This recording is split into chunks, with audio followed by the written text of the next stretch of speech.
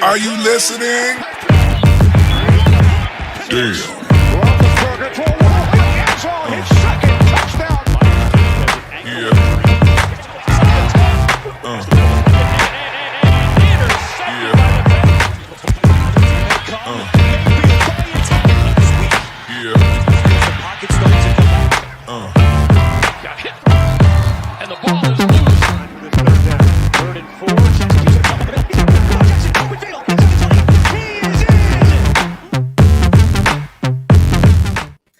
Welcome to another edition of the AFC North Talk presented by True Classic. True Classic, upgrade your t-shirt wardrobe with True Classic. How y'all doing? Hold on, I'm getting massive feedback. Test 1 2. I thought it was a bit. I'm doing great. Listen, I got a week off. I'm by week Q right now. Let me tell you, the amount of work I did for this week show minimal. You know what I mean? Like, dude, I was thinking this. I'm like, man, it feels nice. I'm not gonna be stressing about a Ravens game on a Sunday for 3 weeks. We play on a Thursday, we follow on Monday, and we have a bye week now. Beautiful thing. Although I only slept 4 hours. You guys have an FCS schedule down the stretch. it is great when you win on a Monday night and then go straight to the bye week. It is. I can confirm. It's pretty good.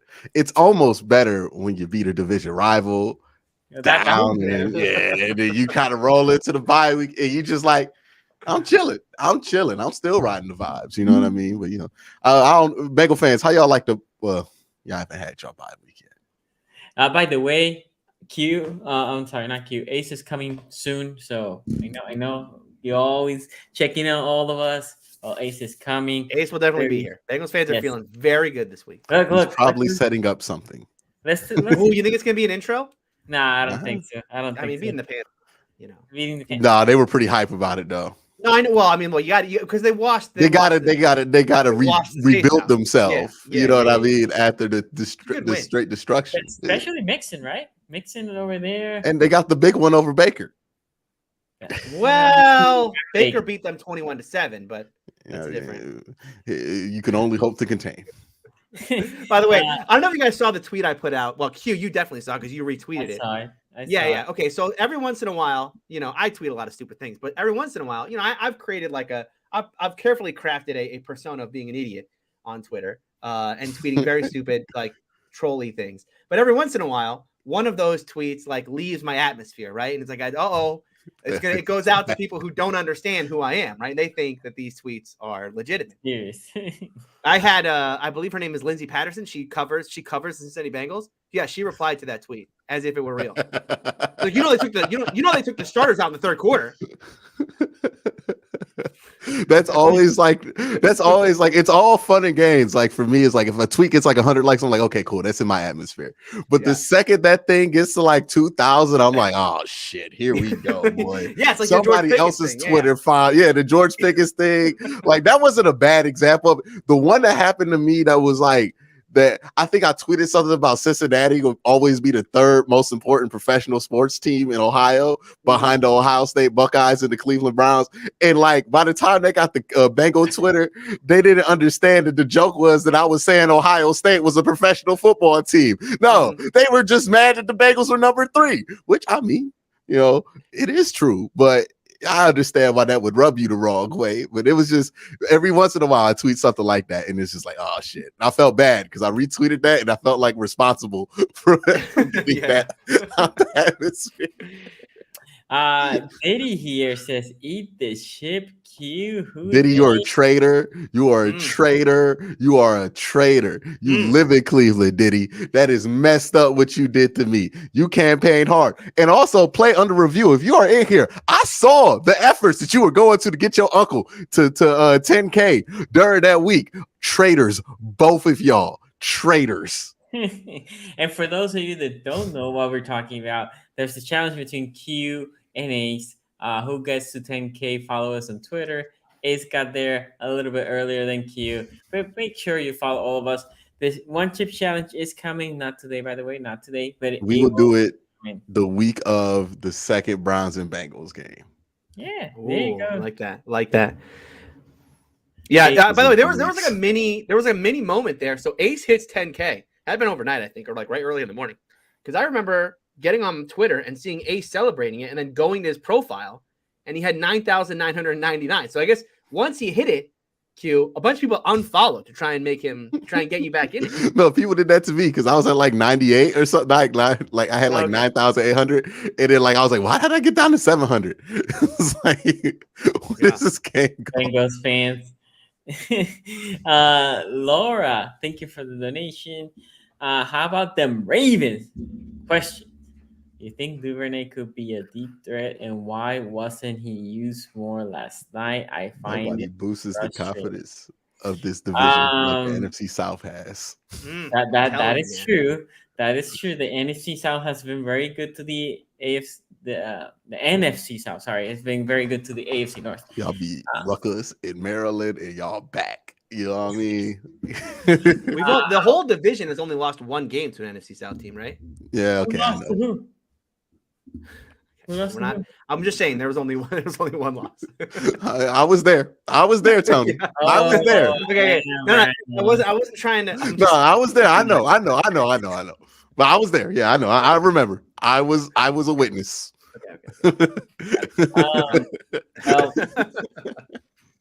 answering the question, Laura, Duvernay could be a stretch receiver. He has the speed for it. The problem that Duvernay has is Duvernay. It was nice when Bateman was there. He can just be the number 2 wide receiver, right? Especially or number 3 if you think of Andrews there.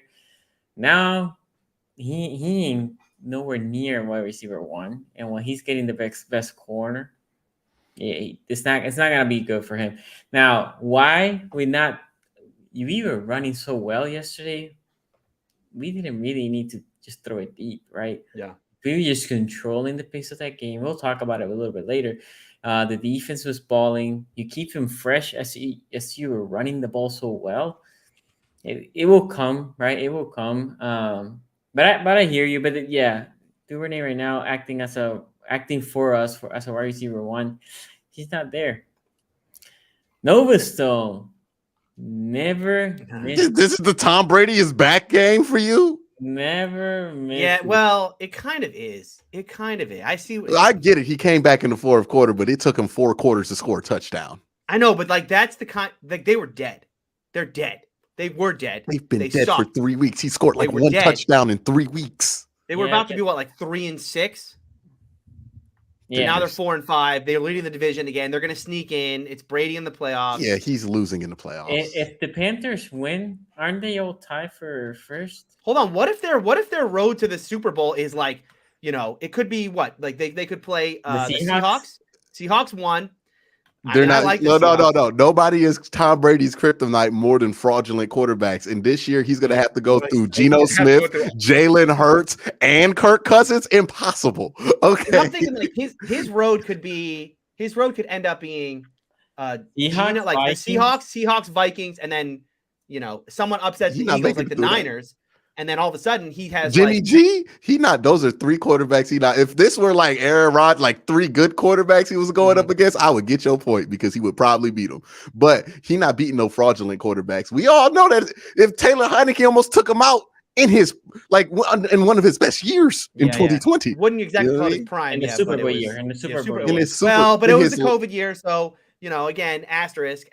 All pandemic. You're telling me that you don't think TB12 had an advantage in the COVID year, given that this man does not ingest germs? Okay. All pandemic championships are like sus in my. Are you throwing it to LeBron too? Yeah, of course. What has that Lakers team done outside of the bubble? I mean, they were all right the year after, but then they traded for Russ, and now they were in. Hold on, the year after they were. No, they were in the entry. Yeah, they were in the entry. Everybody got hurt that year or something like that. Look, they're just old. Their best players 40. I know. They're just old. That's what the pandemic did. It extended the careers and primes of some players, but there's some old. Well, because in the pandemic, what they did was that he took a break, right?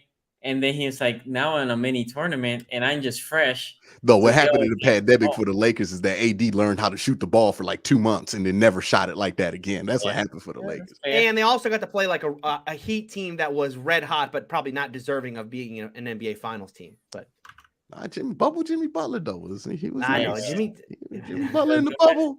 That's look. Jimmy Butler in the bubble is not normal Jimmy Butler. That's a different Jimmy Butler. That is locked in Jimmy. I wouldn't want to play him. Okay, so Noah Stone said Tom Brady's weren't back. beating No more LeBron. divorce talk. 8th Super Bowl. Play in the review. I was bitter. Betrayal. Betrayal. It's okay. I was bitter. It's okay. It's okay. He didn't I even was, say no. He could have just got out with that. You know his family. Nah. I was bitter. It was better. What did I do to you? straight up bitter. Pettiness. Yeah. You should have heard what Ace was saying about North Carolina A&T behind your back, man. Oh man. Raven Ron here says, call Jay Houston old if you want. He number 2 in sacks. He's Yeah, but where is he in the real numbers? No. Don't give me the pressure thing now.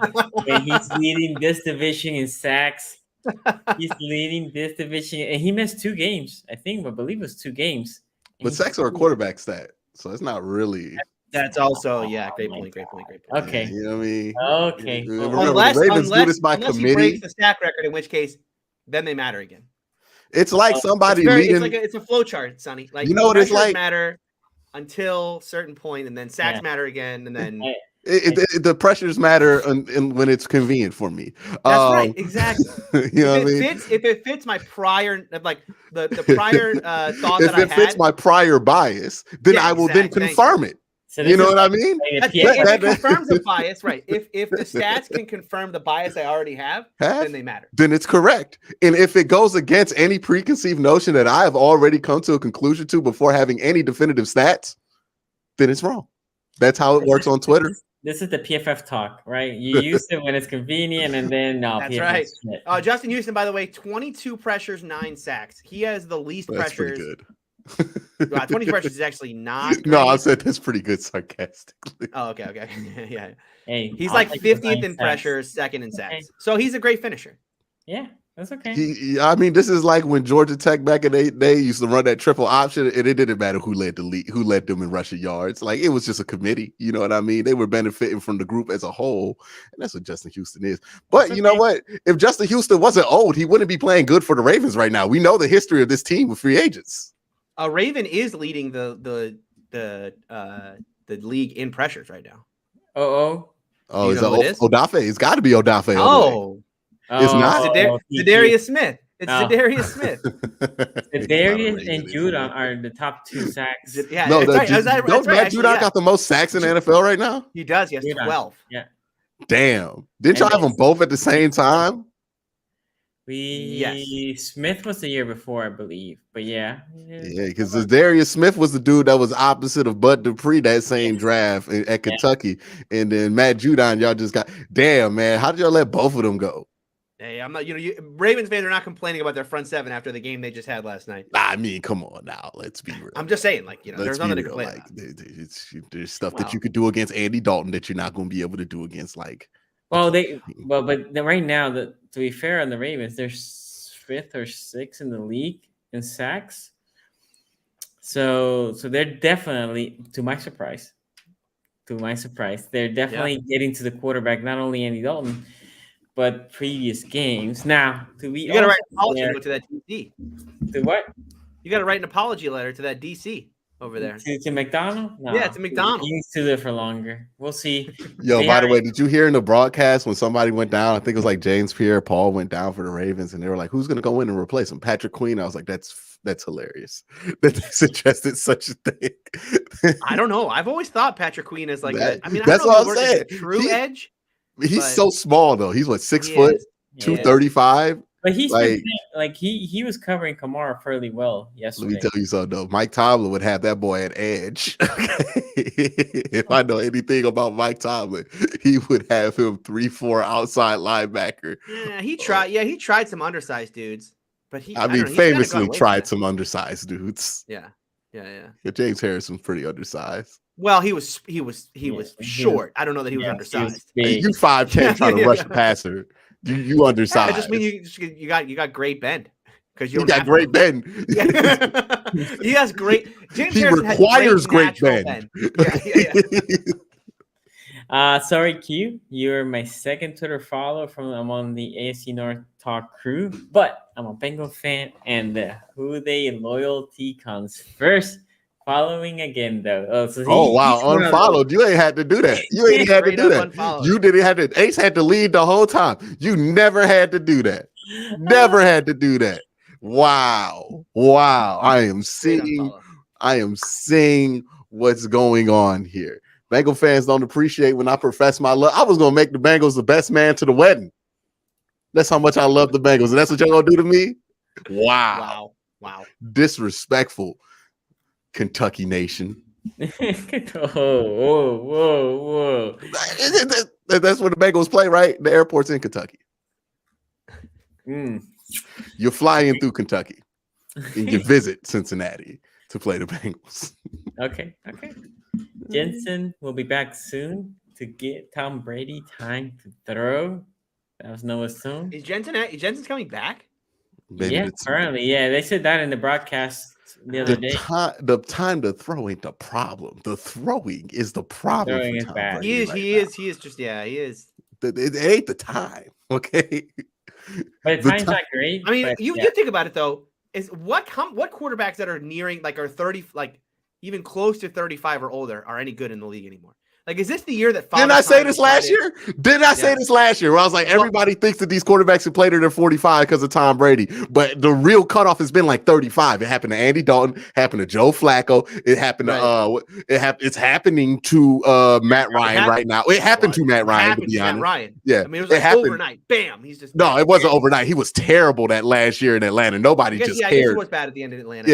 Yeah. And then he got traded. People were still on that juice about him, and then it just got exposed. Russ gone. Aaron Rodgers gone. These dudes get old at 35, man. At 35, it's hard, dog. It's hard to do this at 35. I think Stafford's 36. Okay, because he's not looking great either. His elbow is jacked. And by the way, did you see Josh Allen? Josh Allen's elbow is not good. Look. Yeah, the biggest problem right now with those two guys, with Stafford and Russ, they both just signed long-term deals. I know. Because everybody fooled themselves that these dudes can play till they're 40 because two guys were doing it. Two guys did it. And we ignored the evidence of Breeze did it. Breeze did it a little bit. Breeze kind of did it, but he ain't really do it. We all knew that Breeze was done. It was like when Dirk was on the Mavs the last 2 years. Dirk was there, but we knew Dirk was trash. You can argue, look, Ben didn't do it. Ben was not the same after he turned 36. No, okay, but were you feeling the same about Ben? But it was the same as Breeze, right? Breeze wasn't good. That's what I'm saying. They were they count. There was a significant fall off post 35 for both players, where you're like, you can make believe. Yeah, where you could kind of believe that you could squeeze a couple of quarters out of them a game, but you're not about to be get the classic Big Ben going. No, it wasn't. Man. Yeah, after 35, hey man.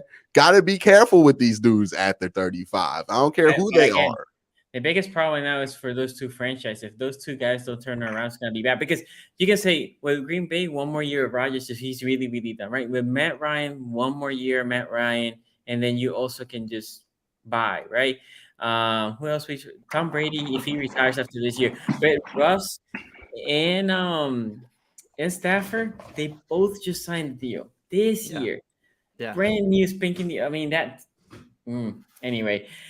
But see, I think they may get away with it because I think Stafford's going to retire. Now they're not going to. Russ, I don't know what the hell. Russ is. They're stuck with Russ. They're stuck with Russ. Russ ain't even 35. Russ is 33 and he's cooked. That's like if you signed Cam Newton to a long-term deal in 2017 or something like that. I don't know what you're gonna do, dog. He has nothing left. I don't know. Russ is so done. I don't even know if it's Nathaniel Hackett's fault completely, but boy, he's not a good coach, but he got usually you got a good enough quarterback. It don't matter who your coach is to the point. It's a 1-2 punch there. I mean, look at who was in the Super Bowl last year. If you want that example of somebody who can overcome bad coaching because they're really good. But Russ, he ain't got good no more. He might be all right with a really great coach, but like he ain't Russ. You're a bad coach if R. Wilson.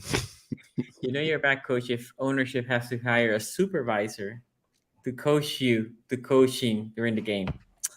And they hired a babysitter. Yeah. Dog, Russ supposed to be the babysitter, right? Like, ain't that the whole point of having Russ? I said that. I've been saying like Hackett is getting all this flame, but we have a veteran quarterback, right? But they can't get in contact with Russ because they don't have his manager's number. Like, that's crazy to me, dog. Okay, super chat here from Laura says, "I hear you, Sonny. All I'm saying is when Duvernay touches the ball, something special happens where it's catching, running, or any. They do need to involve him more. But look, they fake jet sweep, and the defense went with him because we have run that play a couple of times, and then Lamar, I don't know, ran for 20, right? So yeah, you factor in more. Noah Stone here says wide receiver dropping the ball is the problem. Evans and Miller, the Scotty Miller drop in the end zone, that was bad. That was a bad. Evans had some bad drop. I mean, the play call. There's a lot going on. You know why they're dropping the ball though, right? Because they're surprised when Tom throws an accurate football. Okay, like they're like, oh shit, it actually came to me. I didn't have to fight front to get this. You know what I mean? Professor Chaos here says, how would you defend Jim Irsay? There's no defense in Jim Irsay. He is like his dad. He is a drunk. He's probably hired him as he was. Oh yeah, I forgot. Sonny's a Baltimore fan, so this hits a little bit harder for him, given that the coach used to be out there. Wow. Yeah, no, Jim Irsay, man. Well, his dad was famously a drunk. But I mean, hiring Jeff Saturday, like I like. Does he have Jeff Saturday's phone number and text him like his thoughts on the game? Like, is that how that started?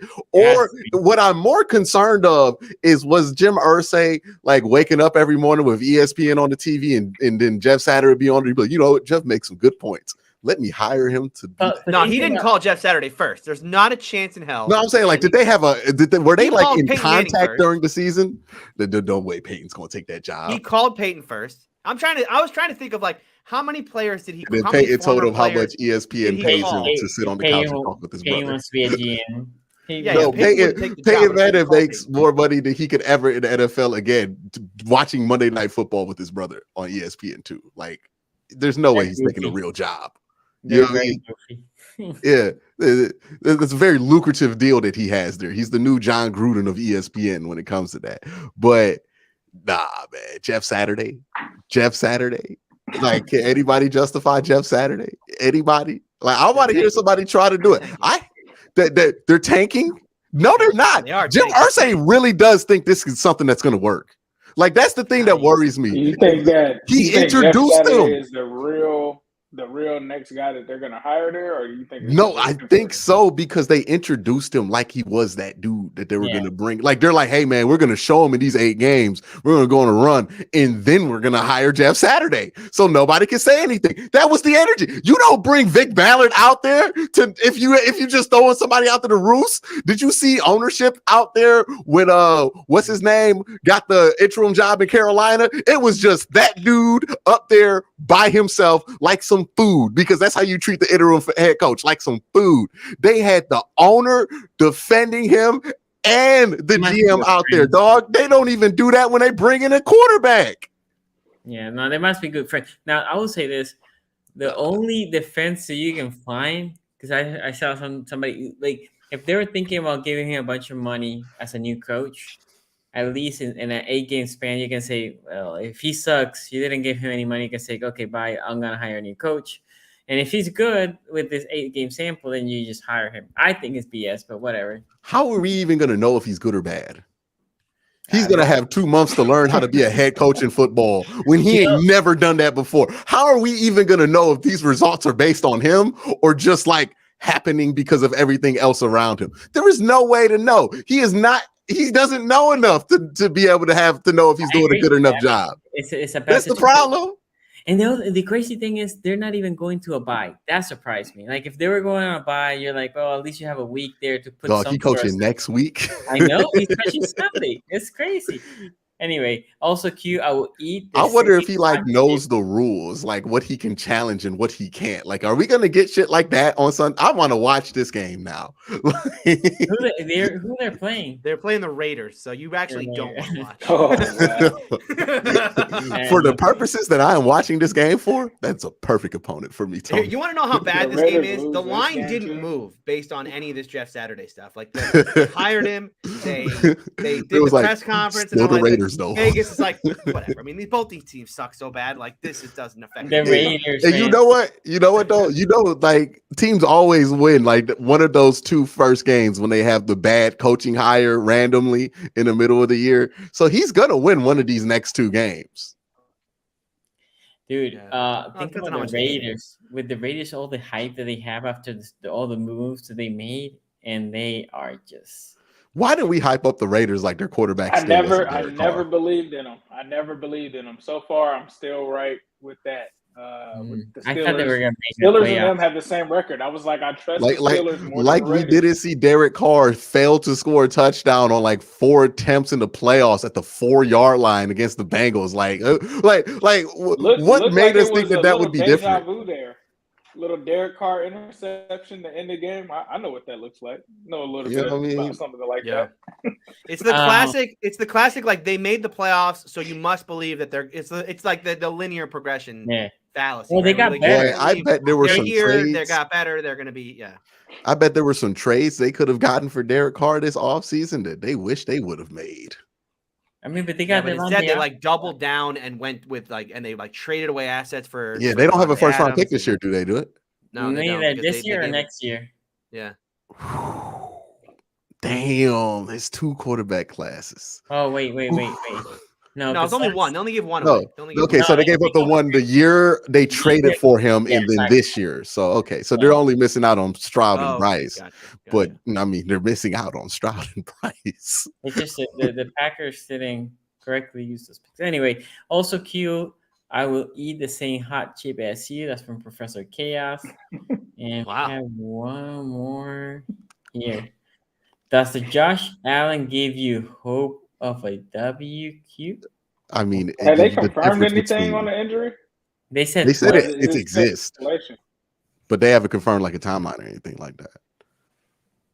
Yeah. But I mean, come on now. Yeah, the world of difference between beating the Bills with Case Keenum and beating the Bills with MVP Keenum. candidate Josh Allen.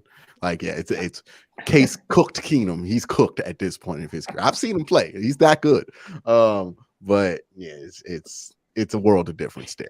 It's a different team. I mean, they can't run the ball. Their whole offense is literally Josh Allen throwing to Gabe Davis and oh my God, Stephon Diggs, and then just running out the pocket. Soul Train also says you're ready for more win in rain, Tony and Ace. Yeah.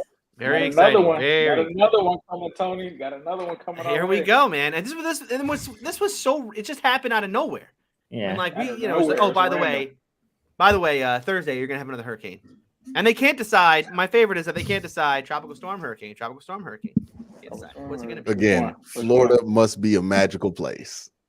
Like, if perks you are can good. still, if every other week you get a hurricane and you're like, yeah, but it's still Florida. Like it must be a Yeah. magical place to live. You know? Okay, with that, let's pay some bills, Tony. Okay, you caught me off guard with that one. Hold on, let me. Football is back. We're back to seeing Mahomes sling beautiful balls all over the field, and your friends at Manscaped are here to help you sling your beautiful balls all season long. With Manscaped state-of-the-art tech, we'll have your weapon looking more loaded than the AFC North. Football may be rough, but your ball care doesn't have to be with Manscaped. Join the 6 million men worldwide who trust Manscaped by going to manscaped.com for 20% off and free shipping. But you got to use our promo code AFC North Talk. That's AFC North Talk, all one word. Meet the best value bundle yet from Manscaped's Pocket Rockets, the Platinum Package. At quarterback, the Lawnmower 4.0 trimmer, a wily vet who makes sure the unit is running smooth and scoring nonstop.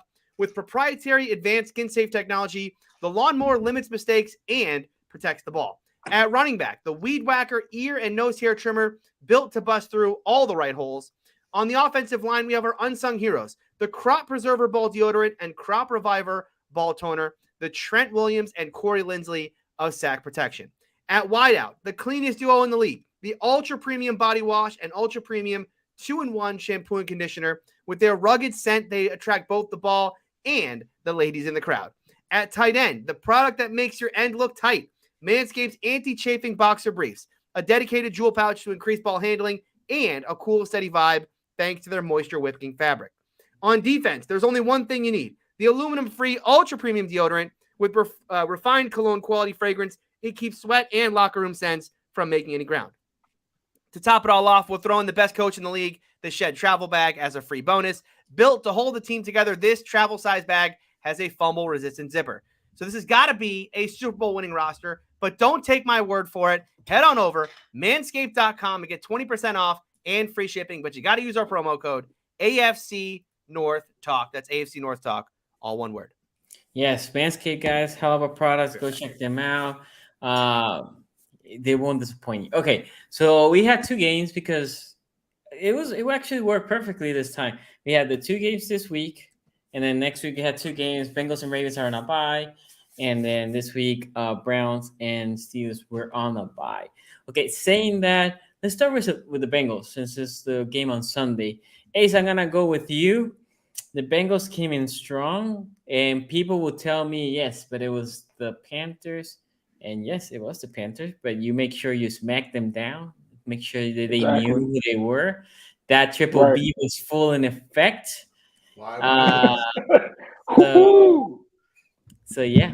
I would like to put on record to the football guys that Sonny invoked the triple B. If there's any curse to be paid back, no. I'm just saying. We keep playing with it. It happened. It already happened. Yeah, I mean, okay. Watch out against the Panthers next week. It's kind of funny to me, right? Were they just the Panthers when they beat the Buccaneers a few weeks ago? I mean, what are we doing here? Were they just the Panthers when they barely beat the they should have beat the Falcons? Really got cheated out of that game. If that kid doesn't take his helmet off, that's probably a W. But that's neither here nor there. There's a lot of drama with helmets coming off in the NFL recently, but I was just happy to see this happen, bro. I mean, this was when you go in against a bad team. I did have some concerns because the Bengals, they constantly play down to the level of teams and backup quarterbacks. So with PJ Walker coming off the game that he had the week before, I'm like, all right, this can't be the moment that PJ Walker comes in here and tries to do something. They took that out of the game immediately. I mean, PJ Walker, I think I was looking at the stats while I was doing the live stream. The Carolina Panthers had 1 first down in the first half, and it was because of a penalty. It wasn't because there was a completed pass. Like, PJ Walker had 9 yards in the first half passing, bro. It was nasty. It was very nasty. I think early and often they went to Joe Mixon. The game plan was amazing. I had to tip my hat to Zach Taylor. I talked about, like, if you want to establish a run, you got to use 12 personnel.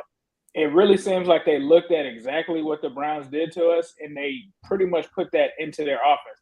They ran out of 12 so much in this game. It was crazy because we never have run out of 12 this whole season. Like, we've never had 2 tight ends there. It's always been out of gun.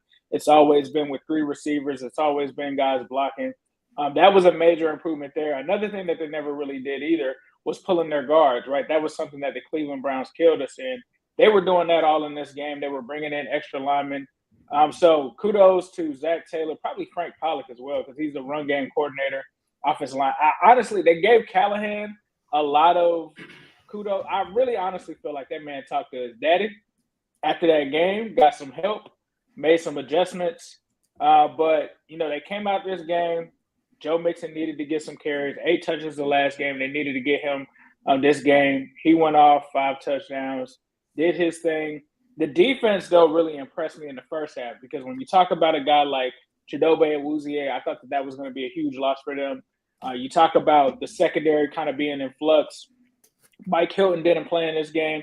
And so the whole time I'm thinking, all right, they're going to put a waiver claim in or something. They got to do something. They really just sat back, let Eli Apple come back. They brought George Allen off of – I keep saying George Allen. Allen George, because he has 2 first names, off the practice squad. They came in and played solid, right? So they pretty much got to the point where I think in the third quarter, they said Joe Burrow down. Here comes Baker Mayfield. Baker Mayfield comes in, I think it's like 28-0, 32 no, it's actually like 35-0. Yeah, 35-0. Baker Mayfield comes in, does his Baker Mayfield performance against the Bengals. Almost of those 2 picks during that performance, but hey, that's neither here nor there. We put in the Brandon Allen, the black sleeve bandit. Got some playing time in this one. This is just one that the Bengals needed to get. You needed to get the 5-4 before the bye week. But it was good to get this out there because there were a lot of Bengals fans turning on Joe Mixon. And you guys know who you were. You guys were saying Joe Mixon fell off. Is there Samaje Perine is better? This and that. Did Joe Mixon have a part to play in that? Sure. But I also felt like a lot of it was the scheme, offensive line blocking. A lot of that changed in this one. And you saw once they made those changes and adjustments, the things just opened up for Joe Mixon. I mean, you might want to actually have a tight end block for him instead of someone like Trent Taylor or T. Higgins. Like, yeah, you might want to try to actually use linemen and tight ends to block some of these guys. They made that adjustment. It was great to actually just kind of be like, this is a blowout game. I don't even have to really turn my brain on and analyze too much out of this game when you beat a team like the Panthers. So they did what they needed to do at home.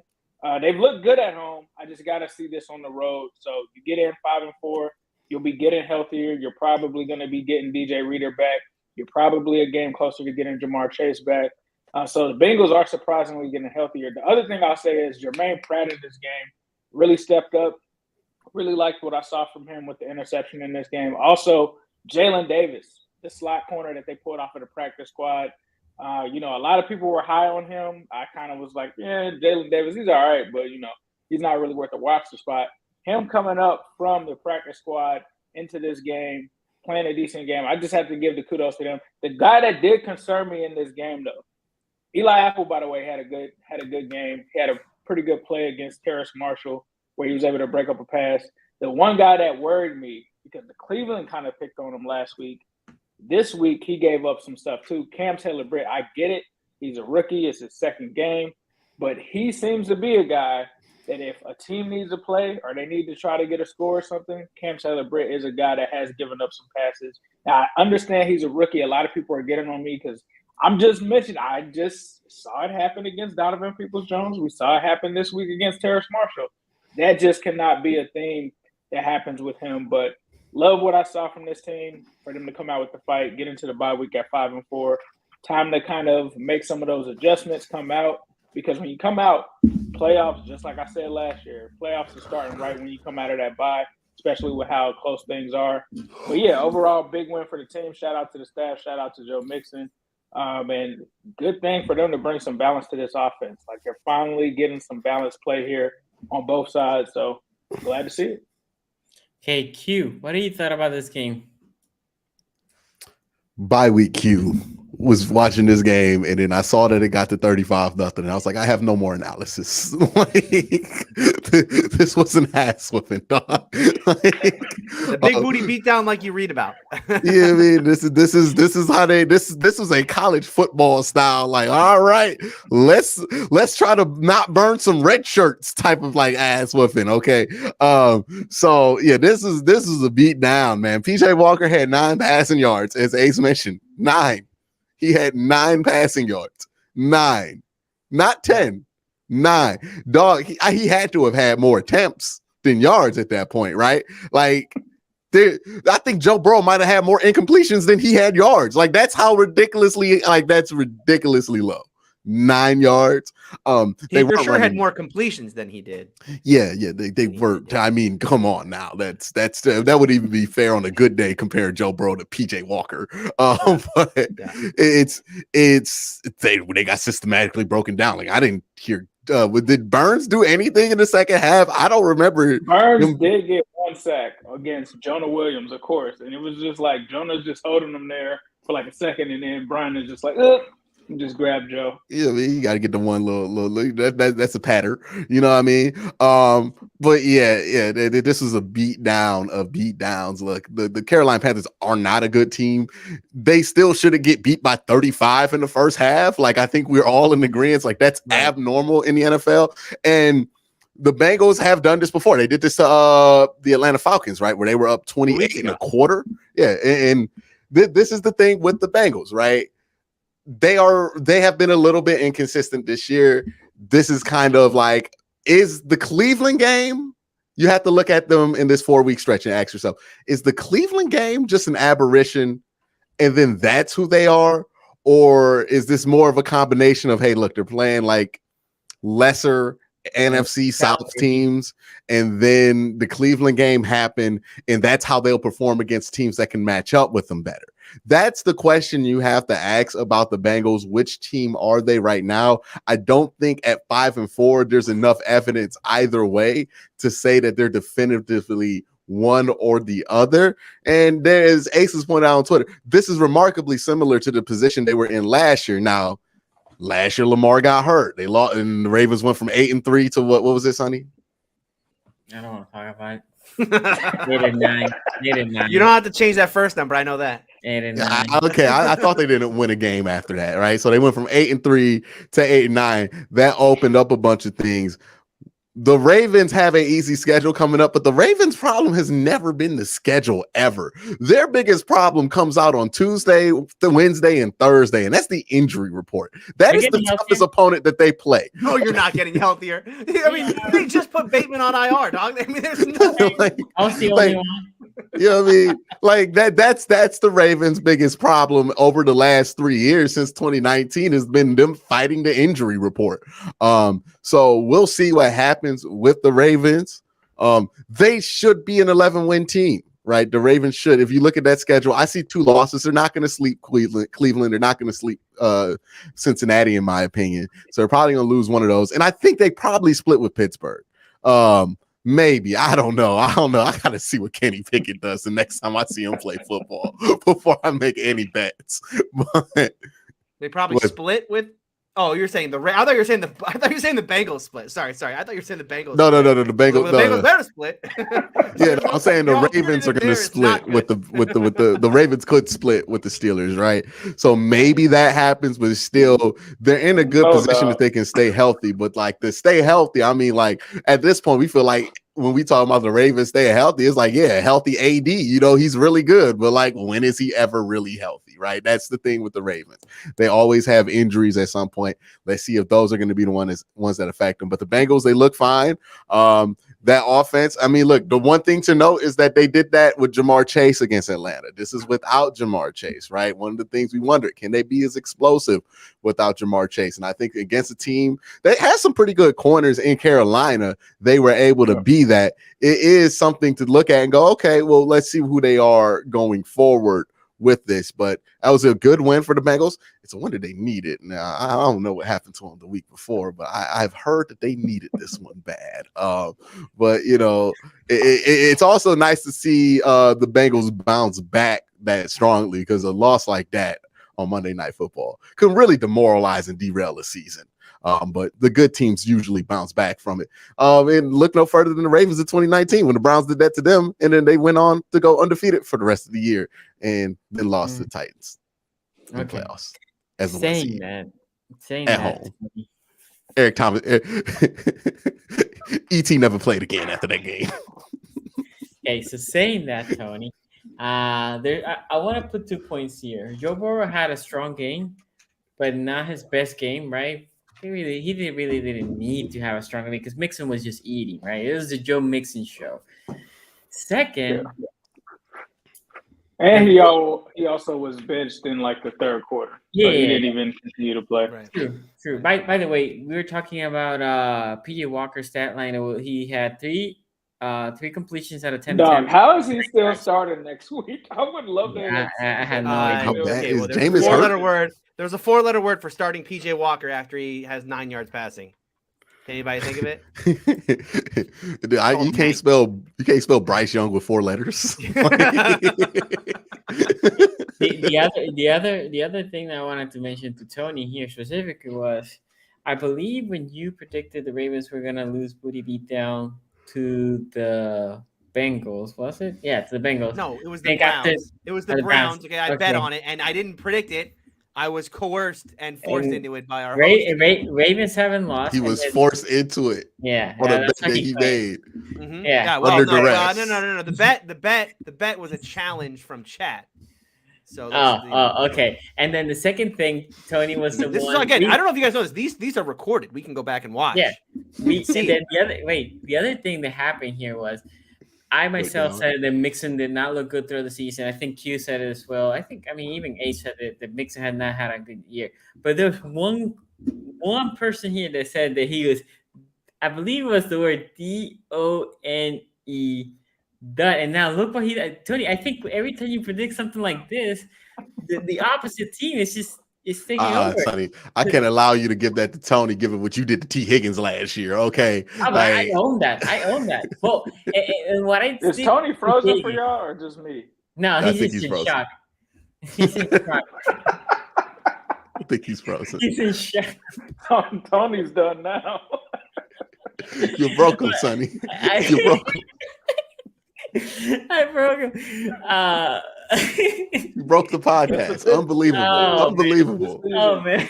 Well, we have some super chats that we can read while Tony gets back. Y'all just immune to Tony's wild ass. Also, no, I heard that tight end line. I'm just, okay. Also, D. Watson will come in. His internet connection must have got intercepted like a Kenny Pickett pass. Yeah, look at this. There he is. First of all, I heard that. Switch it. It actually did. I don't like doing it. Hold on, I'm trying to get this. Q's had no mercy. The man's getting set up. He's like, switch that. Oh, now I can't hear you at all. Hold on 1 second. This is very exciting. I will not be in last place unless I'm in last place. Okay.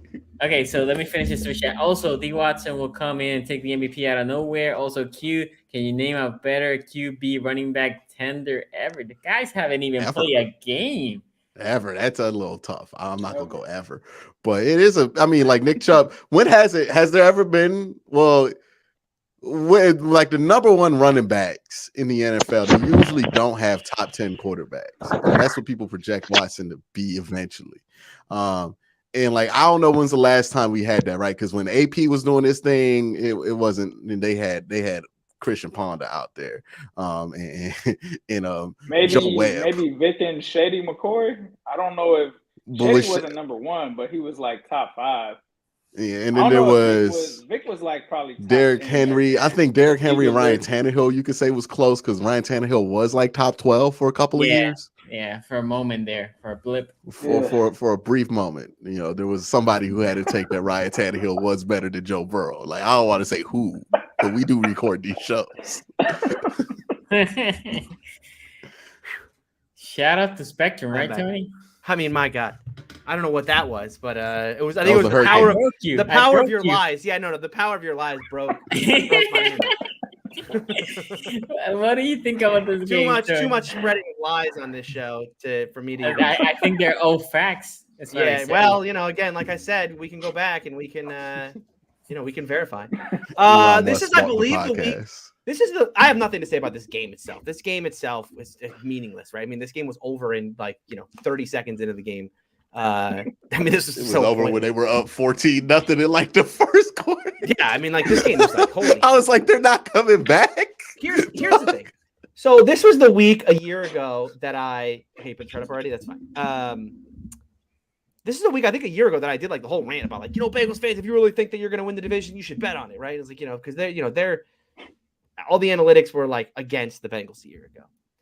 Okay, so coming out of this game, right, it's easy to just hand wave this one away, right, and go, okay, they beat the crap out of the Panthers, whatever, right? Who cares? But they didn't just beat the crap out of them. Like Q said, I mean, this was like a ass whooping. This is not normal. That if the Bengals are angry.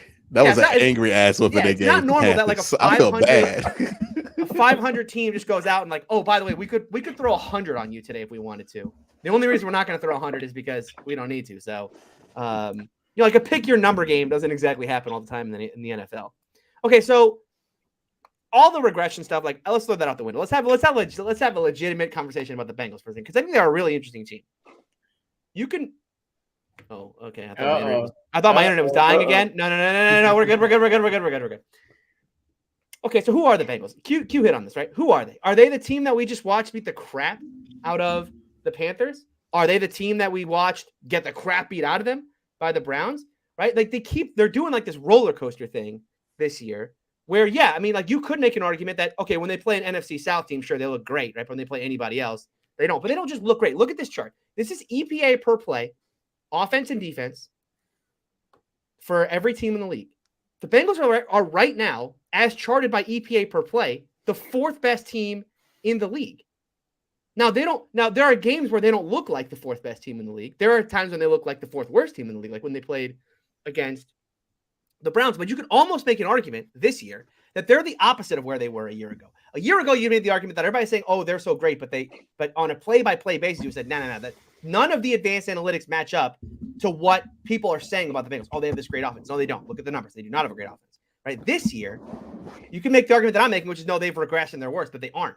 They actually are not. On a play-to-play basis, they are way better than their record shows. Joe Goodberry put out this stat. I'm sure. I think Q, you probably saw it, right? Where he's like, "Look, the Bengals just need to start winning the games that they should win because they're playing well, right? They're just their win-loss records need to catch up to their game-by-game, like to their play-by-play numbers."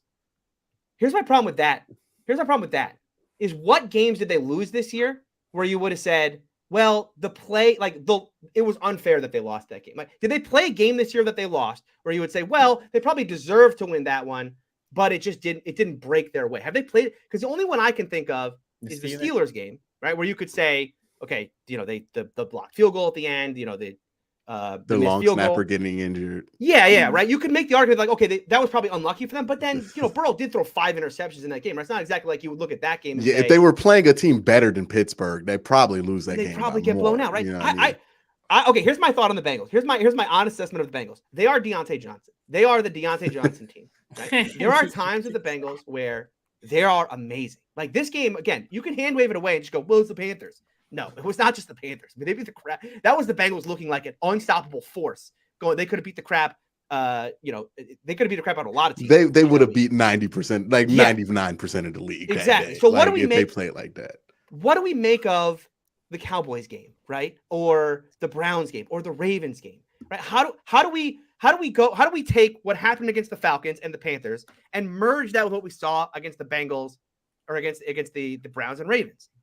There is a version of the second half of their schedule that's going to play out where they actually are just going to emerge, right? They're, like Joe Goodberry says, their record is going to start to match the play on the field, and they could end up being the best team in the AFC North, the winner of the division, and the third best team in the AFC, which is what those numbers would tell you. I don't know. What do you guys think? Like, what do you make of this Bengals team right now? It's interesting too because, like, I don't know, the Bengals remind me of like, not the Chargers right now, like the San Diego Chargers back in the day with like Phillip Rivers and like Antonio Gates, where it's like they always, like, you always know, like, they're going to be dominant. They got to be dominant. And then, like, some years they come out, they're dominant. Some years you're like, what's going on with the Chargers? Why are they taking so long to, like, get going here, right? Mm-hmm. That's the best example. LT and Phillip Rivers, we answered our own question. That's probably the best example of, like, best running back in the NFL with a good quarterback. So I think we answered the super chat question. That super chat was ridiculous. They're just not old enough. Troy Aikman, Emmitt Smith. No, they were pretty good. I think they were pretty good. Even Roger Craig, Joe Montana. Troy Aikman and Emmitt Smith, you can make the argument we're a little overrated, but that's a 90s argument. That's a 90s argument. Okay, Q. Did you? Okay. No, maybe it's just look, these were my formative years. I started watching football in 1992, so I like had a front row seat to that entire dynasty. They were not a little overrated. They were extremely good. I don't know. I wasn't born yet. Like, yeah, okay. I didn't have an opinion on that. By the way, John Elway, Terrell Davis, also like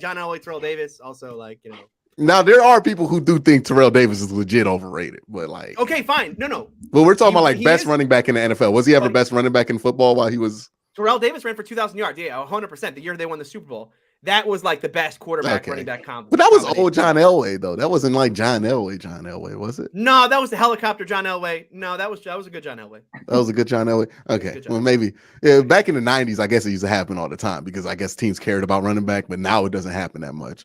But yeah, the Bengals are such a weird team. You look at the talent on offense, you're like even if Jamar Chase isn't there, they probably should dominate. but they've been dominating more so because of their defensive effort, which has been weird. It should be encouraging, but like the weirdness on offense has been going on long enough with them where you're like, oh no, the offense isn't just going to magically click. It's just going to be kind of weird. And like they start slow sometimes. I think I was watching the Flemlow video and he was like, look, they rely so much on the script that when something goes off of it, you can tell right then and there the Bengals are going to have a weird day offensively, right? Yeah. And that's what happened in Cleveland. They look fine in that first drive in Cleveland. That ball gets tipped, they get intercepted, script goes off plan because the next drive, Myles Garrett just gets like a sack and like dominates and just completely throws them off script. And then they were off balance the whole night. And that's kind of what happens with the Bengals. It's like, hey, like the first two drives against the Bengals, I think you could decide whether this is going to be one of them games where the Bengals are going to look amazing or this one of them games where you can beat the Bengals, right? I think that's the issue with them. I think that leans on coaching, right? Because it shouldn't be that fragile with a team this talented. But you can say this with the whole AFC North, to be honest with you, except for the Pittsburgh Steelers. No disrespect to Pittsburgh, but like you can look at the Browns and go, Browns should probably have more wins than they should. They should probably be a better record than they are right now, right? Especially with how talented that team is. You could look at the Ravens and go, you know, like we haven't been talking about the Ravens like they're like one of the better teams in the NFL because I don't think they've played like that until probably last night. But then you look at their schedule and you're like, well, they're going to win 11 games, right? Like that. They're going to be there, yeah. Yeah, they're the only team that's actually winning, and they lost 2 games they weren't supposed to lose. They're the only team that's won most of those games where it's like, hey, man, you know, it could go either way. The Browns and Bengals have had less success in that. The Browns probably the least successful out of all 3 of them, given that they're 3-5. And that's just how this division has rolled. These are good teams, but when the margins are this thin and everybody is as good as the NFL is right now, you're going to have weird things like the Jets being 6-3 and a team like the Browns being 3-5 or a team like the Bengals being 5-4 because the margins are so ridiculously thin to winning right now that even a good team can have a horrible record. And that's what it is. I would probably say outside of the Browns game is the only one that I can look at and say that was like a for sure loss. There's no way that the Bengals could have won that game. I think the biggest X factor in all of those games before that were very close, whether you look at the Baltimore game, the Dallas loss, they were struggling to figure out that cover too. Like it wasn't until after those games where they finally kind of figured out, okay, these are the adjustments that we need to make to the cover two. And even though the defense was playing well in those games, the offense just couldn't figure it out in those games. But I don't take those wins away from those teams because they just straight up beat us. I'm not going to sit here and just say it's that, but I would probably say that would be the factor that definitely contributed to them early on in the season was they were trying to figure out how do we defeat this cover two? How do we do some things with that? And they've just really gone from a week-to-week basis with changing a lot of the stuff that they do. They really have just continued to kind of do that Belichick kind of style thing where, all right, this isn't working, let's try this. And this week it was the 12-man front. The week before, 2 weeks before that, it was the RPO, bringing that stuff in.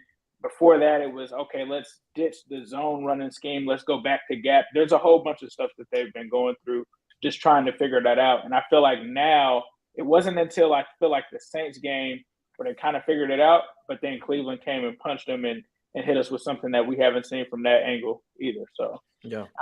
Let me add to this on the whole Bengals front. I had no doubt to make the playoffs. Like I have very, very little doubt. And I mean, it's a little ballsy right now. They're out of the playoff picture. And I know they have a strong schedule ahead. We'll see what happens with Josh Allen.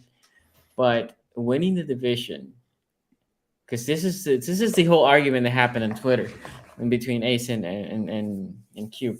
The problem is because I actually it was an argument. It's slight disagreement. I wouldn't say. Yeah, I mean, whatever word you want to put in it.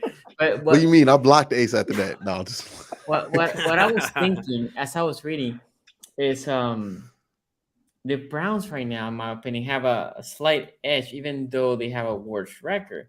Because the problem that they have with the Bengals right now, they cannot slip any games because if they slip the game and the Browns catch up, now they're behind the Browns as well, right? Right. So that's the problem being 0-3, right? So it is hard or no, not impossible for them to win the division, but I'm pretty confident that they make the playoffs. Like I would bet. Like, but if you Sonny, say, that's what I was saying in that conversation, and I know that you remember this. We didn't win the AFC North until like week 17 last year. So you guys had that lead on us for a while until you lost Lamar and started losing and stuff like that. So that's why I was always like, if you guys wouldn't have lost Lamar and say you just won one more game or two more games, you guys would have ended up, I guess, having the. I mean, last year, to be fair, before Lamar went out, I remember saying the Bengals are winning this division, and we were leading the division. Oh yeah, no, that was after Lamar. That was after Lamar. No, that was after Lamar. That was after Lamar. Well, there was two Cleveland games, and Lamar played in both of them. Yeah, it was before Lamar. We were leading, and I said it was before Lamar. No, it couldn't have been before Lamar. I do remember him. No, remember this is one of those classic Sonny. We won, but like they didn't win in the way that Sonny wanted them to win, so he was kind of upset about it, and he said that. I remember that. I think it was after the Pittsburgh game. Okay, I just remember it might have been after the 4 interception Lamar game. I think it might have been after the 4 interception Lamar game where they just squeezed it out. He's like, "We stink, we stink. We barely won that game," and he stayed up late to watch it. That podcast blew up, and we all had here a very heated discussion. Ended up with Q said, "Shut the F." On this up. Yes, on this show we had a heated discussion. That never happens. We're no, that was the one where we were arguing about like the window for the Bengals to win like the conference because the window was opening up for them. That conversation was really fun. We should have more of those, man.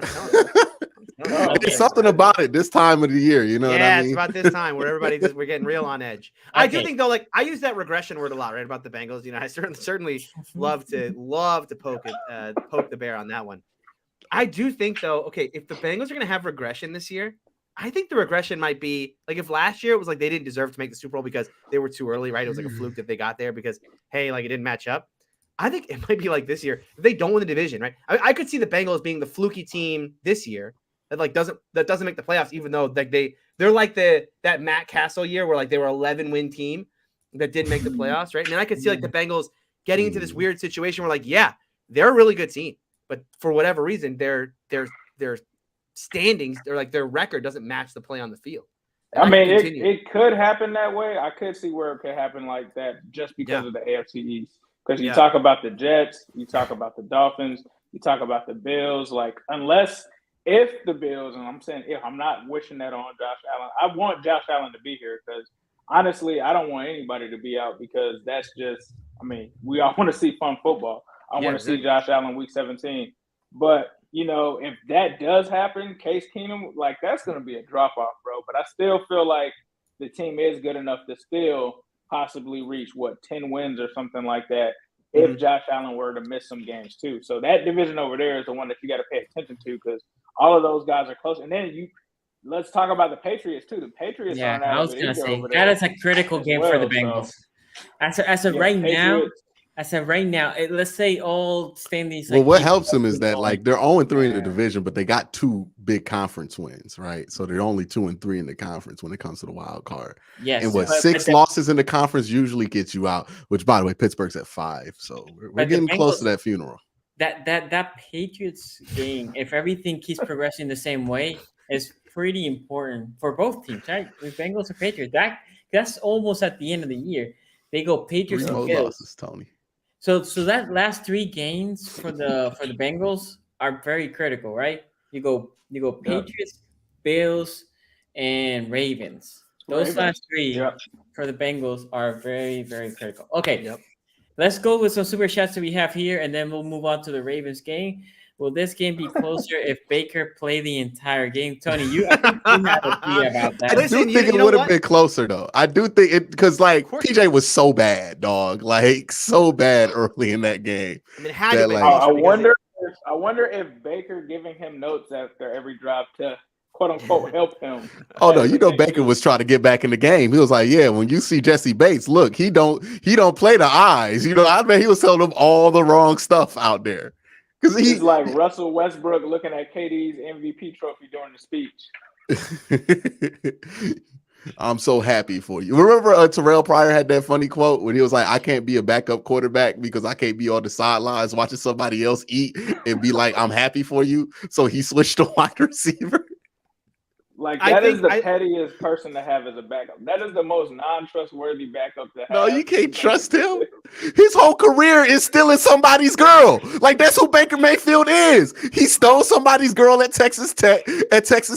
He went to Oklahoma and stole somebody's girl there, and then came to Cleveland and did what did he do to Tyrod? Stole his girl. Like, nah, this is who he is, dog. You cannot trust him around. He is Mr. Steal Your Girl. That is what he does. Well, he did it in the Panthers, right? They didn't the other guy. He stole Sam Darnold's girl. That's who it was. Yeah. This is the only time Baker Mayfield gets a girl is when he steals somebody. And then like in his real life, he actually, well, I ain't gonna get to that, but like you could Google that yourself.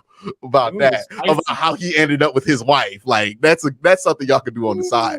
But I'm just saying Baker Mayfield is Mr. Steal Your Girl. Like he is gonna steal somebody's job because that's just what he does. But so I wouldn't trust him. He says Zach Wilson, hold my beer. Oh yeah, like look, man. If your team brings in Baker Mayfield to be the backup, that means they have no confidence in your starter, and your starter should be nervous because look, man, Baker plays well in the quarterback competition up until he gets the job.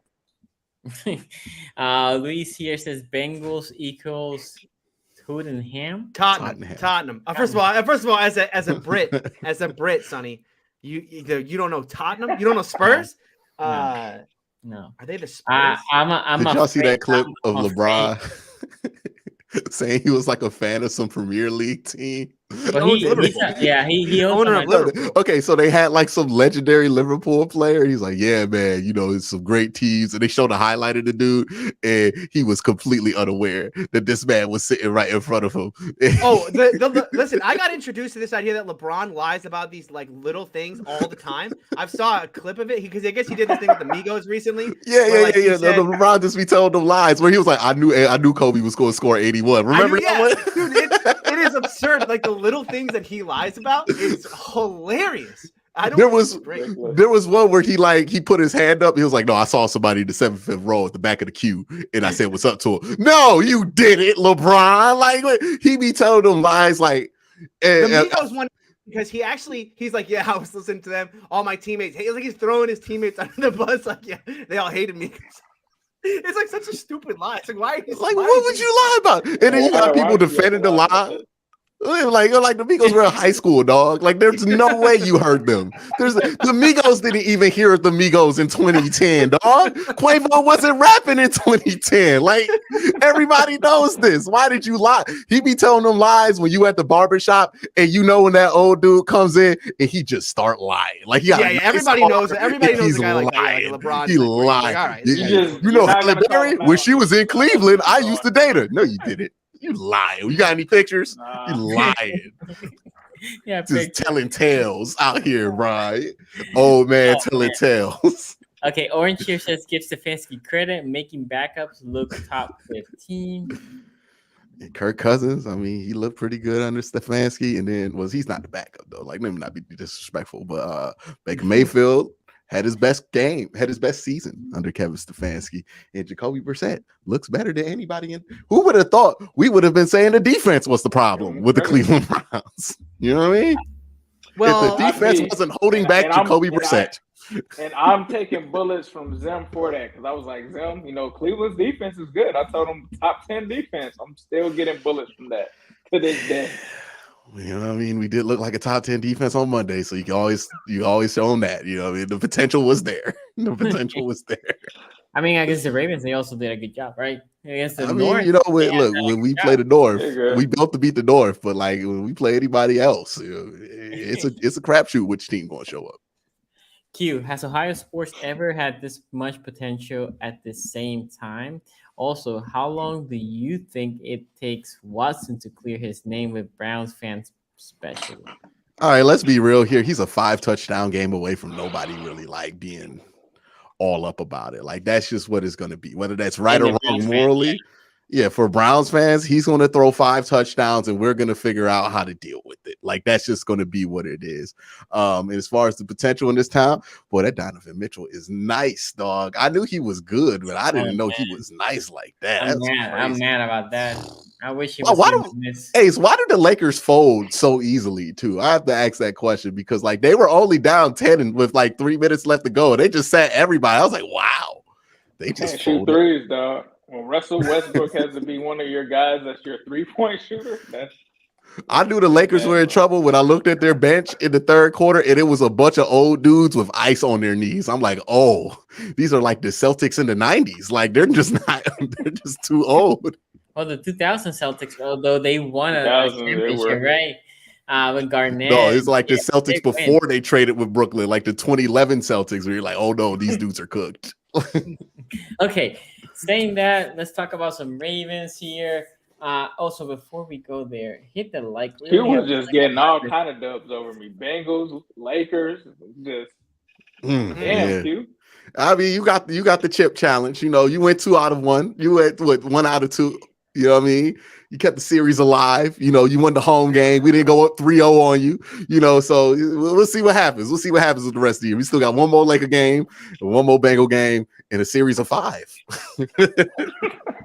Monday night, Ravens go to New Orleans. Mark Andrews, look, the report was Mark Andrews could play. But they figure he's banged up. We need him for the stretch run. We go into a bye, let him rest. And then he barely played against Tampa, right? He played maybe a quarter in that game when he left with a shoulder. So since Cleveland. So he hasn't been the same since Cleveland. So saying that, the Ravens win without him. Bateman went to the IR. Now, when I said or when I alluded that the team was getting healthier, and Tony corrected me, we lost Bateman. I meant like defense. Defensively, they're getting healthier. Yeah. And we started this year with only 2 outside linebackers healthy, and we were bringing a person that's not in the team anymore from the practice squad. Now Y'all only had 2? we only had 2. We had Owe in Houston for like 3 games. That was it. Who's rotating? We were putting Malik Harrison as an outside backer sometimes. Goodness. We were using a practice squad guy that I'm forgetting his name. He's not with the team anymore. Y'all not getting back to healthy. Y'all are just getting back to usual, normal, like regular. Yeah, now we had Rafael Owe, Justin Houston, JPP JPP for a little bit. Yeah, JPP and Bowser. Ojabo is He's healthy. Ojabo's back next week, they said. Or No, after the bye, I guess. Bowser's healthy. Yeah, Bowser play. Yep. Oh, Bowser yeah, play. good for him, man. Everybody's sleeping on Tyus Bowser. So the Ravens outside backer group is getting healthier, and you can see that on the field. But I want to know your guys' thoughts before I give mine. I'm gonna start here with Ace. Oh, go ahead, Tony. Well, I was just gonna say, look, obviously today's election day. Hopefully, everybody voted. We live in weird times, right? There's not a lot of people we can trust out there. I mean, that is a big issue. Who can you trust? Who can you depend on? And there's one person you can always depend on like clockwork, and that is prime time Andy Dalton. Nothing is more reliable than prime time Andy Dalton. So I just want to throw that out there before. But Andy wasn't like horrendous. This is one of his better primetime performances. Yeah, he wasn't Andy horrendous. Dalton. He was just getting harassed. The Ravens were putting. Yeah. Yeah. Well, I mean, he's old and he's a statue and he has no arm strength anymore. True. And the no Saints choice. O-line is not good either. Did you guys Yeah, watch they just stink. Manningcast? Did you guys watch the Manningcast responding to Andy Dalton? I did. It was hilarious. Sonny, you needed to watch it because a weird little moment happens with Sean Payton on there. Yeah, I definitely a heard. weird moment. Yeah, You saw that? Okay. No, I Sean didn't. Payton reminds me- openly recruits Lamar on the channel or on the show. He's like, That- we're both free agents next year. Wink, wink. That's interesting. That's very interesting. Sean Payton, he was looking at Taysom Hill that whole time, like, boy, I wish he was Lamar. But that might eliminate Dallas from it, though. That might eliminate Dallas as a potential Atlanta get spot rid for of him. Dak. You trade Dak to Baltimore or something. But one of the interest, I was listening to Maury Cooper, right? And he was talking about what was the most frustrating play you had been a part of. He ran like one of those double hitch seam routes. And then you know how they usually run a seam to follow to kind of bring attention off in like a cover 2. So he ran a double hitch and he was like, I beat him. I beat him so good. This is while he was in Dallas. And then he looked back for the ball, and the quarterback threw the other seam, and he was so bad. And he was like, it wasn't Dak, though. The quarterback wasn't Dak. And you can very easily find out that quarterback was Andy Dalton. Andy Dalton. Nice. But anyway, I believe that was a primetime game. I know Ace. I think I saw the candles for Andy Dalton in the Twitter. I threw it up in my mouth because you guys know how I get on Andy. So it was like, I guess I just have to cheer for Andy this game. And in true Andy fashion, he played like Blandy Dalton. He did his thing out there, but no, you got to get a Ravens overthrew Marquez Callaway. Yeah, that was his PTSD. Bad. You're like, okay, we might come back. All we got to do is score before half. We only down by 7-14 at that point, and then he has a wide open Marquez Callaway, and he just surprised he overthrew anybody because usually it's an underthrow with him. I was kind of shocked. It was a 15-yard pass. You know what I mean? But I think in disrespect to the Ravens, man. I mean, I've talked about that defense. It's tightening up, it seems like, every week. You know, they started out at the bottom of the league. These guys are got to be inching up to the top 15 with how they're playing. I haven't looked at the stats, but just from what I've seen the last couple of weeks from them, they definitely appear to be a completely different defense. I mean, forcing the turnover on Andy Dalton, that's when I just turned the TV off. I was like, oh, there it is. But, you know, you got to give them credit. Like Sonny said, they were harassing him all night. But I think you even have to give bigger kudos to the Ravens offense, right? Because I thought one of the reasons this game would be close, you're missing Mark Andrews, you're missing Bateman. Where are you going to create that offense? Lamar Jackson, it doesn't matter who's out there sometimes. He's going to make plays, ad-libbing plays. You know, not an amazing passing game from him, but with Lamar, you're going to get the passing and the running. You got to kind of take both of those into account. And it seemed like whenever they needed it, Lamar was just able to pick up a first down or make a play here or there with his legs. I actually happened to be trying to teach my daughter about football that night. And so Lamar makes that pass to Isaiah Likely. And I'm like, look at this.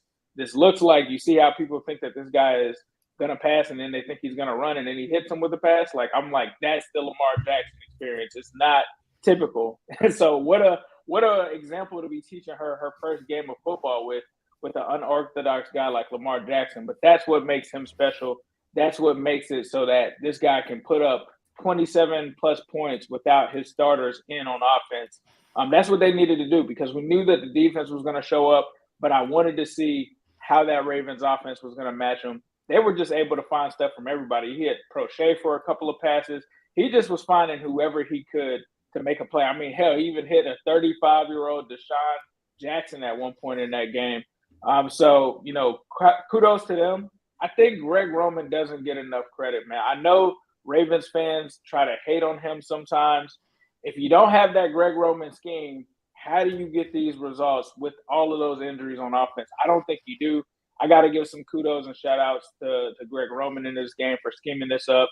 I mean, Andy Dalton was Andy Dalton, but I still feel like the Ravens played a great game on both sides of the ball, deserved this win. It wasn't close at all, in my opinion. It never felt like the Ravens weren't in control of this game. So the Ravens are back to playing where they're at. And honestly, I thought this, outside of, like Quincy said, the Bengals and Browns game, this was probably the hardest one for the foreseeable stretch. If they keep playing like this without those guys, they're going to steamroll through the rest of this schedule. Cute. Hey, watch out for the Panthers. They might, watch out for the Panthers. One more bad PJ game. Baker come back second half. Well, I mean, he's gonna. Could be Darnold. Never know. Could be Darnold. He's back too. They're gonna have a 3-headed monster out there. They can have all three of them to throw out there. They might run the triple option, all three quarterbacks. Love it. You never know. Where's the interception coming from? You know what I mean? Like, yeah, well, where's the ball? They're gonna play what do you call it? 3-card Monty with the football. Before they snap it. Mm-hmm. Who's gonna throw the interception? Okay, Q, what are your thoughts about the game? Yeah, I thought the Ravens looked as expected. I felt like this was a game that they should win. We made the jokes about Andy Dalton prime time, and the Ravens should win this one. Roquan looked pretty fine early in this game. Later in it, I thought like there's a section between like the second and third quarter where he kind of disappeared from the game. But I mean, like, it's Roquan Smith, dog. Like, you know what I mean? He probably doing stuff that I'm not seeing because I didn't watch all 22 there. I don't really have much to say about this. I saw Andy Dalton miss that throw to Marquez Callaway, and look, this is bye week Quincy speaking, and usually on the regular weeks I work very hard. But when I saw Marquez Callaway drop that ball and Andy Dalton overthrew it, I just knew that the Ravens were not losing that football game. And that is what it is. So I went to play the new Call of Duty. Next week I'll be back full time. Okay. So you said you'd pull up a Kyler Murray. Oh yeah, I went full Kyler Murray. You know, I did my 4 hours. I did my 4 hours technically, but then I wanted to level up my gun to 20 because you got to level up the gun to unlock different attachments on other guns. It's a very archaic system this year. Very good game though. It's a very good game. You know, if you want my review of Call of Duty Modern Warfare 2, I could give you a thorough one here. But if you want my review of the second half of that Ravens game, oh boy, I don't got it because I didn't watch it. Well, you missed out. You missed out, Q, because there is something to talk about in this game. It has nothing to do with the play on the field. There was a little conversation on the sideline. I saw that clip. I saw that clip of 2 minutes of Lamar being mad because the play call being late. Yeah, man. No, not Lamar. Oh no, even better. Oh, was it? Who was it? Peters. It was our good friend Marcus Peters. Him and Harbaugh get into it for I don't know, it was like a minute. I mean, they were like literally going. Usually it's like they scream at each other and then it's over. This is like back and forth and back and forth. But if you look at that clip, like it looked like Peters wasn't upset with Harps. He was upset with somebody. Yeah. And Harps was like talking to him because he and Owe then like he looked at Owe said something to him back. Now it didn't get like somebody that had to hold Peters back, right? Peters basically looked like he was talking to whoever wanted to listen, and Harbaugh was just happened to be there, and Harbaugh was like half listening, half not. I thought, was it 3 weeks ago? They had a heated argument. That was heated. This for me was more like it was fun. It was like it was the only thing in the second half. Marcus Peters is somebody who once jumped into the stands at a home game to challenge a fan to a fight. Like this is just who Marcus Peters is. You know what I mean? Like this is why he can't be in Kansas City. He couldn't be in Kansas City for long, right? And even in LA when he was out there, like this is what they had Jalen Ramsey and Marcus Peters on the same team. Or no, they got rid of Marcus Peters before they got Jalen Ramsey, right? Yeah. Those two things can't coexist. That's you can't have both. Right. You can't have both. But yeah, that's just kind of who Marcus Peters is, though, right? Like he's just emotional. He's gonna get hot. He's gonna throw a temper tantrum every once in a while, especially now because he ain't playing that well. Like, he hasn't been playing at his best. He's given up more than he has in recent years. Like, this has been the most Marcus Peters year that he's had in Baltimore. So he's just a little frustrated. He's gonna take it out on people. That's just kind of that's just kind of how you live with Marcus Peters, man. It's like when Vontez was on his Bengals. We're not freaking out every time Vontez yells at somebody, man. That's just what Vontez does. And I don't even think the people in the locker room really care because they just hear Vontez yelling. They just be like, he just mad. You know what I mean? Like, he gonna be all right by Tuesday. Like, it's just what Vontez doing. Like, ain't that big of a deal. I thought this game said far more about the Ravens' defensive. I mean, offensively, they're playing games without Andrews. I mean, if this team literally is going to go through the second half of the season without Andrews and Bateman. No, Andrews is fine. That's what I'm saying. But I'm just saying, you can't really read a lot into this offense because they're without their best, their best weapon. But so I think Lamar. Oh, go ahead. Is he? He's their best. I mean, he's their best receiving threat. Yeah, there's no doubt. You think that's okay? This year? Here we go. I'm just saying. I'm just asking. Did Mark Andrews move into the Travis Kelce neighborhood or retirement community? Because I don't know. Homie look kind of retired this year. I'm just saying. Let's pull the numbers. In and out of the lineup. I just think. Homie look like he moved into the community. You know what I mean? Assisted living. That's what he doing right there. He had a great season so far until the Browns game. Until he went to this. I did hear somebody make the comment. He looks like he might be the best tight end in the league now. Somebody on that show said that about Mark Andrews. Damn, and that was David and Joker. You see how fast the NFL moves? You know what I mean? David and Joker. Okay, Tony, go ahead, man. Best in the North. I thought that this game said a lot more about the Bengals defensively, right? I think they really came together in this game. The Ravens, sorry. The Ravens defensively. They were that front seven was great. in this game. And yes, I mean, you can the caveats of okay, the Saints offensive line is not great. It's they're in like this like pseudo rebuild thing, and Andy Dalton is a statue. Okay, fine. Like okay, we can hand wave some of it away, but not really. The front seven was great. The addition of Roquan, he had that stop. I think it was on a 3rd and 2. Yeah. Where he just he hit the hole and I mean, made the stop at the point of attack. Classic Roquan stuff. Yeah. Oh, by the way, can you mute? Mute it. Offensively, they played the kind of game they needed to, right? They needed to run the ball a lot because honestly, I know at the front of the show there was that super chat we got of like they need to count on Duvernay more. Like, look, they quite honestly, the Ravens have a wide receiver room right now without Bateman, without Andrews, full of at best number 2s and probably more like number 3s, right? I mean, Duvernay is at best a number 2, and the like who do you count on beyond that? I like that Likely is coming alive now. He had a nice catch in this one where he broke away on a. But I can't read a whole lot into this Ravens offense because once again, I still have no feel for what they want to be offensively. They were very run heavy in this game, but we've seen them in the past go the opposite way. So we'll see when they get Andrews back, like what do they want to be offensively? I don't have a lot of issues though with the Ravens overall. Like as a football team, it's just a question of can they beat teams in the playoffs? And we're not going to know that for another 2 months. Okay, so this is my take on this game. Lamar, I feel like he had I would say like a meh game. Like running, he was great. Throwing, he left a lot of points there. I mean, he said it also after the game with Robinson. He missed Robinson twice.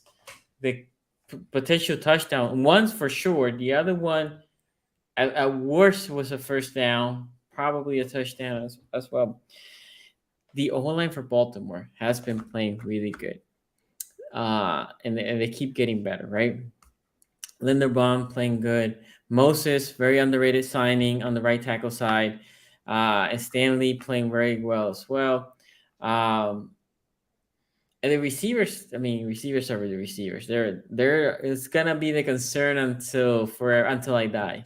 The day that I die, Baltimore receivers would be concerned. Next year, new quarterback, new scheme potentially. I mean, you can do whatever you want next year. Okay, and then the tight ends, we'll see, right? Likely. New coach. Look, that play that you're mentioning, Tony. Yeah, the touchdown catch. 3 weeks ago, I said I wish the Ravens fake. I don't know if you remember. I remember you saying that. Yeah. They fake Lamar running to the right, and then they have somebody leak. I said Mark Andrews. So they ran it last week, and they ran it again this week, both with Likely. I like that play a lot. But this Sonny calling the plays out there. No, different from last week. Feed him to Roman. This week was great because I need to save my job, Sonny. This week I loved it even more because in this week Lamar sold it more because he held it like he was running it and then he changed it to a throwing motion. It was spectacular. What I want to talk about is this defense because this defense was Lamar's contract was great. No contract talk. The front seven was great.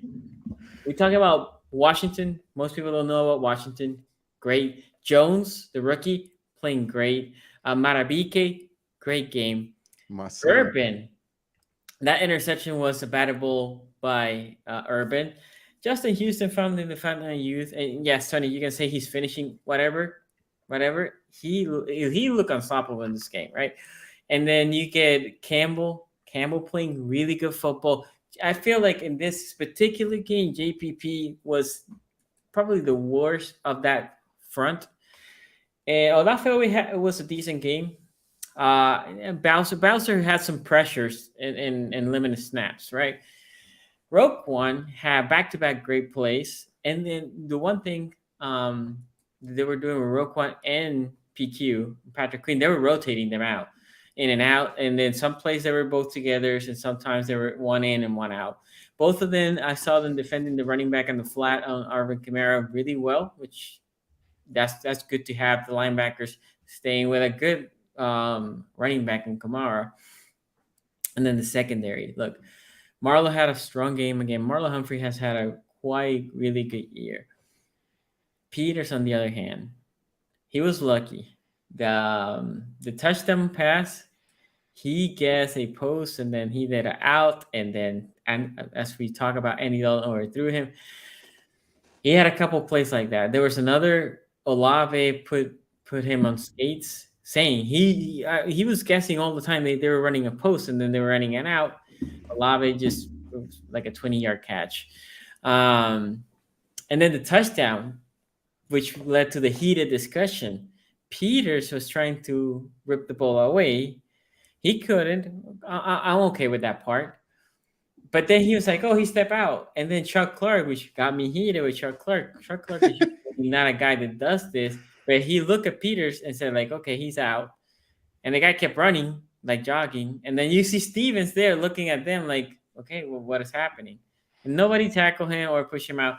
Harbaugh said, which basically is just covering for his guy, said like, well, the problem with that is Marcus thought he was out, and then if then somebody comes, a Chuck Clark comes and hits him out of bounds and he was out, that's a 15-yard penalty. He didn't have to hit him. He can just soft push. The guy was just basically trying to not get out of bounds. But the defense was good. Yes, it was against the Saints. Yes, it was against Andy Dalton. But that pressure, I saw it against Tampa and now against the Saints. And I forgot who we played the week before, but you starting to see more and more of that pressure. And we don't blitz like we blitz with Wink, but we blitz. How can I explain? Like, we don't blitz as much, but we blitz when almost like when we need it, right? But now also I'm seeing pressure with 5, which we haven't seen in a long, long time in Baltimore. And again, I mean, being 6 in sacks, if you told me, hey, are you going to be top of the league in sacks? I would have said no. No, there's no way. There's no way. And that's encouraging, right? I think don't you think it's more of like keeping teams, because I know you were saying like they blitz at the right time, but it's more of, last year with Wink, they were so blitz heavy that you kind of knew it was always coming, but like you had a feeling it was always coming. Mm-hmm. This year it's more because they're picking their spots. I feel like they're keeping defenses and keeping offensive lines off balance, right? It's like a bed of needles, right? Yeah, definitely. Yes, I agree. That is a portion. The other thing is there's a couple of times that the coverage is so good that's helping these linebackers to get to the quarterback. Now, again, I said like they're moving more to a zone scheme, and at the beginning of the year we saw the big problems. Kyle Hamilton's having a good year. They took that pick away from him. That got me a little bit upset because I didn't thought that was a pass interference. The tight end engages Chuck Clark like he's blocking, and then he released, and I'm like, and then they call up Payaya. I'm like, wait, what? I mean, the guy engaged on him. So, I mean, that was unfortunate. It wasn't like it was an outrageous call either. I thought the refs were fine throughout the game. But yeah, I think this is one of the few games this year that I was comfortable throughout the game. And I only have 4 hours of sleep so far since yesterday. And I was just watching the game, relax, right? 1:30 in the morning here. I was like, okay, I guess, we're winning. We really, it doesn't feel like, because the defense was so dominant, it never felt like this game was going to get away. Yeah. Right. And then the offense, Drake, this might have been Drake's best game in his career. Like, he was running ball well. He was finding the hole. He was making people miss. But this is what the Ravens need to do. They need to impose their will, dominate the time of possession. Back to 2019. Now, back-to-back weeks, they do this. And I think that's the winning formula. I think they need a little more explosion. I still think they need a little more explosion offensively. Now that can come when the Andrews gets back and yeah, they need to hit some of the overplays like they were doing it earlier in the year with Bateman. We'll see. Don't be surprised if they activate like 5 tight ends moving forward. Because they're going back to 1975. It's just going to be 1975 all over again. The tight ends are healthy. The tight ends are healthy, and the wide receivers are not. So, anyway, we have a super chat here before we close this show. And by the way, before I read this, make sure you subscribe, hit the bell, because with teams changing schedules, like today, we usually are doing our stream on Mondays. We have to change it on Tuesday. So if you're not, or if you don't follow us on Twitter, right, make sure you do both. Ravens D. I would like to point out that when the Browns played on Monday night, we had our show on Monday, and then Wednesday they made you wait 2 days for that. They knew it was going to happen to the Bengals, and they protected the Bengals. See, there's Bengals bias going on this show. You know what I mean? It's oh my God. Well, well, whatever. Ravens D and run game going to carry them through the playoffs. We don't have enough talent at wide receiver. Scoring first and let the defense dominate has to be. I mean, when has the run game ever carried the Ravens through the playoffs? Well, there's a. I mean, like the Okay. In the But that Lamar assumes era. that the Ravens have, that assumes the Ravens have won playoff games. But did you guys see Chase Claypool in a Bears uniform? Anybody catch that one? Anybody? Yeah. See Chase Claypool? Oh, is this random victory lap time? Because I want to. Yeah, listen, the 3rd and 10, they throw a bomb, and the end of that game to Chase Claypool. Now he is double covered, so yes, this would be a tough catch for him. But I just love that he does the same thing again, where he leaves his feet, but he doesn't leave his feet to go up to get the ball. He like falls back, he does the whole classic Chase Claypool fall on his ass. The pettiness. I mean, just. Why we're speaking about being petty about wide receivers? Can I talk to y'all about Allen Robinson's year that he's having right now? Oh my God. I've been waiting for this talk, by the way.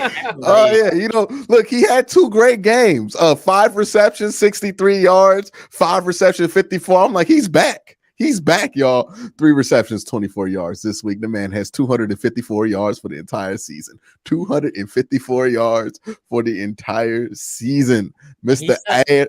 He got paid. Hey, you know what I mean? Somebody did it. One other thing to say before we close out. Mike Tomlin was asked today, "Hey, how is the trade of Chase Claypool going to change the offense, and what are going to be the how's it going to change the output?" He said, Tomlin literally said, "I don't know that it will." I mean, that's why we traded him, right? It felt like he was ultimately expendable. But then the next words out of his mouth is that we're going to start using the middle of the field with Pat Freiermuth, and then I turned it off. I just They should believe his lies. Like, that was like your offensive coordinator is still Mike Tomlin, dog. Like, doubt. It ain't changing that much.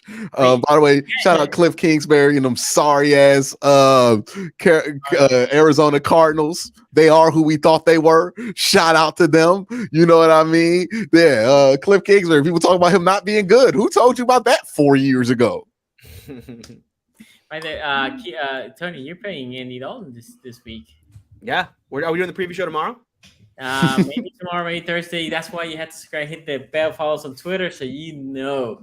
Anyway, guys, this has been a great one. Thank you for watching. Oh, they flexed that out of prime time for him? No.